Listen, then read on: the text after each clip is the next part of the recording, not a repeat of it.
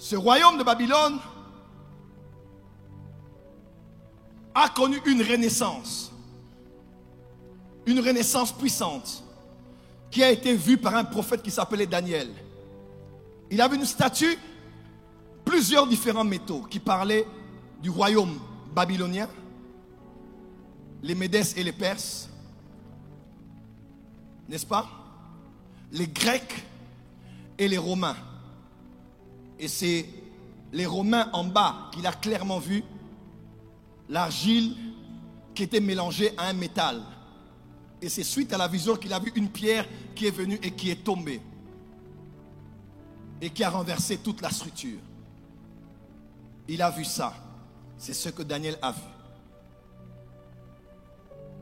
La vision de Daniel, la vision du roi interprétée par Daniel a plusieurs interprétations. Je vais juste ouvrir une parenthèse et la fermer. Mais elle montrait comment les royaumes et les empires allaient se succéder. Daniel a été chez les Babyloniens. Quand l'empereur est mort, les Médès et les Perses ont pris l'autorité. Après, c'est avec les Grecs, avec Alexandre le Grand. Et juste après, on a eu Jésus. Et Jésus est comme cette pierre qui est venue pour tout chambouler. Et l'empire romain a pris fin. Mais Babylone a connu une phase extrêmement puissante au point où Dieu a même permis que Babylone soit son instrument, comme on dit dans Jérémie chapitre 51, pour aller faire quoi? Aller frapper Israël. Et une des plus grandes humiliations accordées à la nation d'Israël n'était pas que de tuer le roi, les princes, ou de prendre quelques prisonniers et les emmener en exil.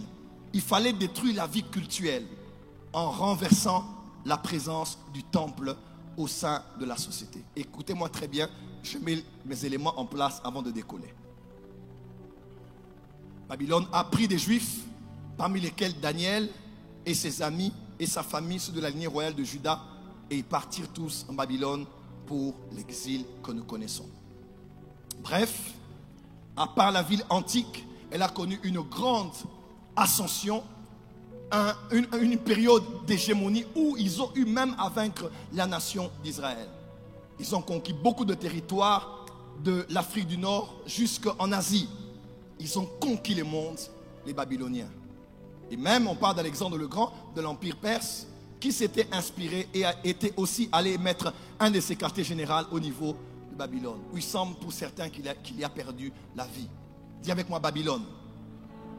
Après ça, plusieurs autres empires prennent le relais, mais bizarrement, quand nous lisons Apocalypse, on a l'impression que Babylone, ce mot Babylone revient encore, mais parlons comme d'un système plus puissant que tous les systèmes qui existent, qui aura un autre temps d'hégémonie, mais pendant la période de la grande tribulation. À l'issue de laquelle Dieu va se dire, il va maintenant juger Babylone la grande, qui est décrite comme étant la mère des prostituées. Dis avec moi Babylone. Acclame, je vais commencer maintenant.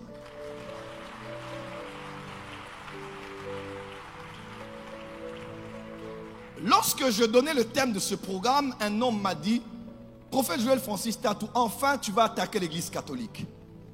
Pourquoi? Parce que tu parleras de Babylone.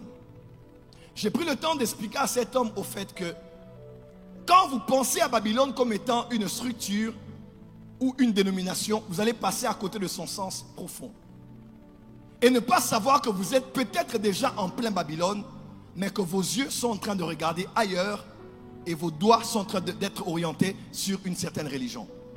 Et pourtant, vous êtes déjà peut-être vous-même en plein Babylone. Lorsque l'Empire romain a pris la place et qu'il était en période d'hégémonie, c'est en cette même période que Jésus est né. Lorsque Jésus est né en l'an 0. Il est mort en l'an 30, l'an 33. Jésus meurt. L'église naît pratiquement en l'an 33, l'an 34. L'église de Jésus naît. Parce que l'église est née juste après la mort du Messie. Lorsque l'église de Jésus naît, en l'an 70, une prophétie du Seigneur s'est accomplie. Il ne restera pas pierre sur pierre. Ici, Jésus a dit qu'il allait détruire le temple qu'il avait en face de lui. Et 70 ans après la naissance de Jésus, la prophétie s'est accomplie parce que le temple a été détruit. Et en 227, un empereur romain qui s'appelait Constantin est né. Il est né le 27 février 272. 272. Et c'est exactement en 325, lorsqu'il régnait dans les nations, que cet homme a embrassé la religion chrétienne qui avait commencé depuis 33.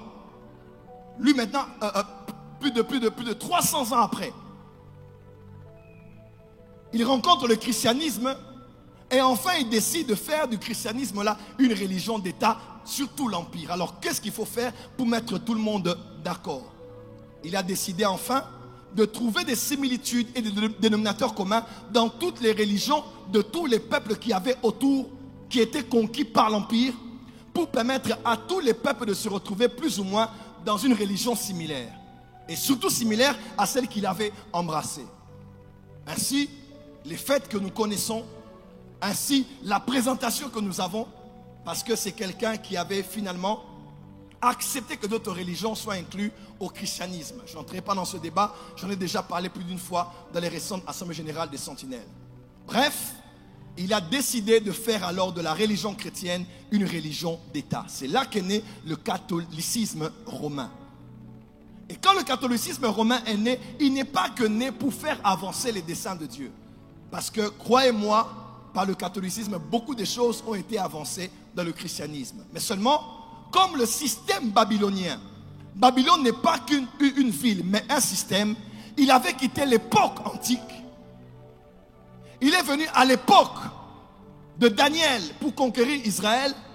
Babylone a trouvé un moyen, comme un système, de trouver l'émergence dans cette phase-là, lorsque l'église catholique est née. Le système babylonien est entré et a commencé à faire route ensemble avec le christianisme d'antan. Et quand vous lisez bien, vous faites une comparaison entre ce que était l'église dans Acte 2, Acte 4, Acte 8, Acte 12, Acte 15, Acte 19, et ce que l'église est devenue 300 ans après sa naissance. L'église avait totalement changé. Et elle avait changé dans plusieurs points, mais je ne vais pas m'attarder à autre chose. L'église avait changé dans un point. Et un point principal, c'est le point que l'on appelle la structure apostolique. Je répète, la structure apostolique. Dis à ton voisin, l'église apostolique était morte. Dis à ton voisin, la structure apostolique était morte. Plus fort, dis la structure apostolique était morte. Plus fort, la structure apostolique était morte. En quittant la ville antique, en passant par cette phase où elle a conquis Israël, au point d'emmener les Juifs en exil, lorsque le système babylonien, de manière très sournoise, a trouvé une phase de renaissance, et elle a connu une renaissance par la naissance du catholicisme romain, même si vous ne le croyez pas, vous allez le voir, quelque chose a été attaqué fondamentalement dans l'église. Au-delà de la doctrine, quelque chose a été attaqué fondamentalement. Elle s'appelle la doctrine, elle s'appelle la structure. Et pourquoi Babylone avait touché la structure? Parce que Babylone est une ville qui a été initiée par un constructeur, initiée par un bâtisseur, initiée par un maçon, initiée par quelqu'un qui connaissait la valeur de mettre chaque chose à sa place quand on veut élever une ville ou élever une structure.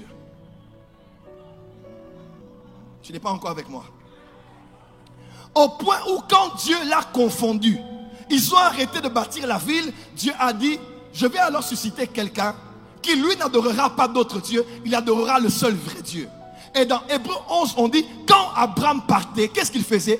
Abraham croyait en une cité qui allait arriver, dont Dieu allait être l'architecte et le constructeur. Parce que le combat de Babylone est le combat des architectes, le combat des constructeurs et le combat des structures. Et Abraham voyait une cité qui allait être conçue, organisée par Dieu. Et il voyait cette cité qui était en train d'arriver. Matthieu 1, verset 1, il est écrit, généalogie de Jésus-Christ, fils d'Abraham, fils de David. Et il vint d'Abraham. Et dans son sang coulait aussi cette espérance de voir une cité qui allait être bâtie et construite par Dieu. Et avant d'en arriver à vivre éternellement dans cette cité, qu'on appelle la Nouvelle Jérusalem. Parce qu'il y avait l'ancienne qu'il avait rencontrée par l'homme qui s'appelait Melchisédek. Et avant d'y arriver, le descendant d'Abraham, dans Matthieu 16, a dit ceci. Qui suis-je? Que dit-on de moi, moi le Fils de l'homme? Pierre, après débat et délibération, a dit, tu es le Fils de Dieu, vivant. Tu es le Christ. Et Jésus a dit, Pierre, sur ces pierres, je bâtirai mon église. Je bâtirai mon église.